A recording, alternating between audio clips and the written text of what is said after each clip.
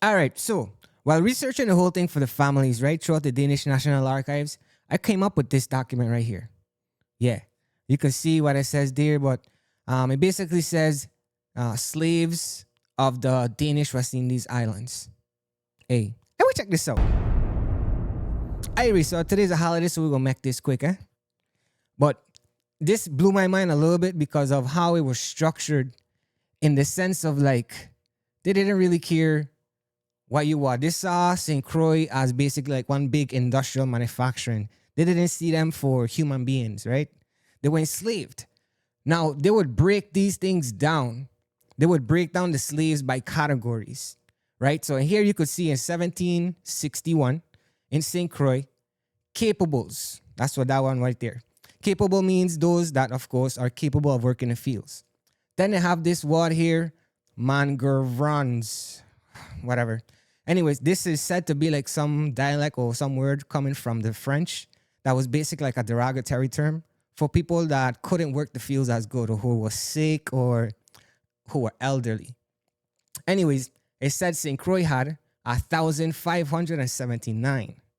Now, this word here, have vox, means half, like teens, young adults.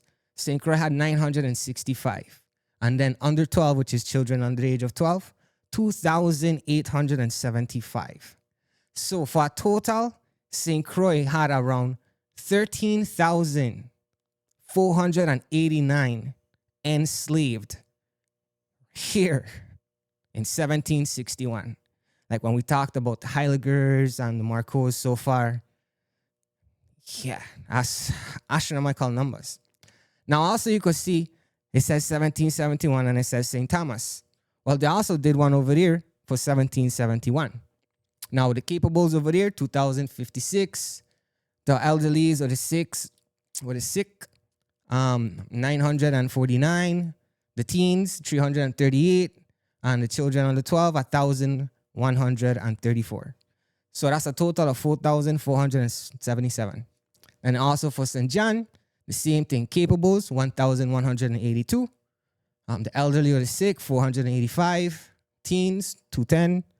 Children under 12, 555. That total 2,432 in that year.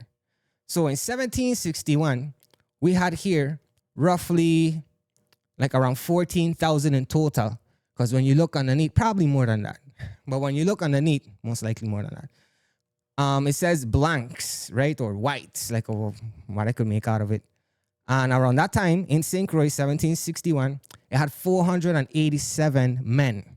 Now, it's important to note, like right underneath, it does says matriculing, which is similar to a Spanish word, matriculación, which is to register. And so this basically means these 487 men was those who was registered to like pay taxes and them kind of stuff. Basically, some of the families or the last names of what we're going to be covering. Anyways, don't worry about that. But this excludes the numbers of like soldiers and everything else. So they most likely had more than that.